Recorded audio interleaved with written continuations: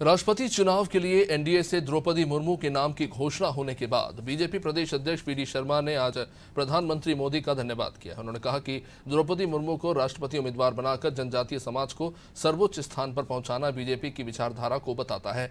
उन्होंने कांग्रेस पर भी इस बीच निशाना साधा। जब वो विधायक थी उड़ीसा विधानसभा के अंदर, द्रौपदी मुर्मू जी को सर्वश्रेष्ठ विधायक के लिए नीलकंठ पुरस्कार से भी उन्हें सम्मानित किया गया है। यानी प्रशासनिक कौशल और अनुभव के साथ संसदीय जीवन में भी एक सर्वश्रेष्ठ विधायक के तौर पर उड़ीसा के अंदर उनकी भूमिका बनी है।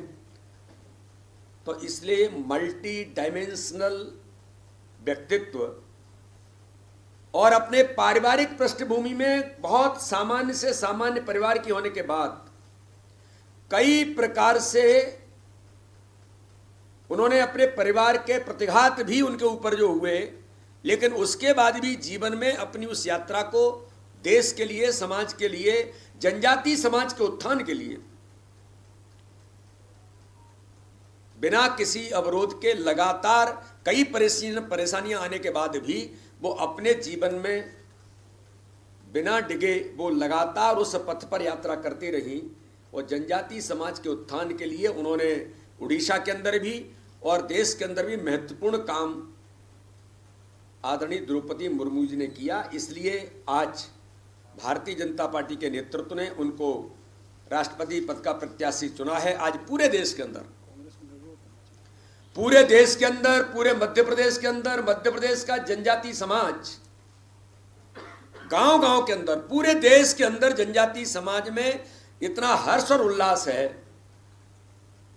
कि लोगों को लग रहा है कि अगर हमें राष्ट्रपति पद के हमारे इस समाज के व्यक्तित्व को वहां पर पहुंचाने का काम किया है तो भारत के प्रधानमंत्री नरेंद्र मोदी जी का, भारतीय जनता पार्टी के नेतृत्व का, एनडीए के नेतृत्व का लोग व्यापक अभिनंदन, लगातार इस दिशा में प्रशंसा और लोगों को अप्रिशिएट करने का काम कर रहे हैं।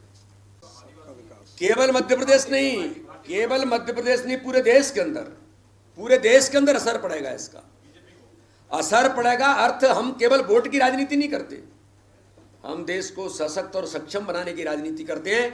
हम जाकर के कोई इस प्रकार के गुमराह करने वाले लोग जो घूमते हैं देश के अंदर,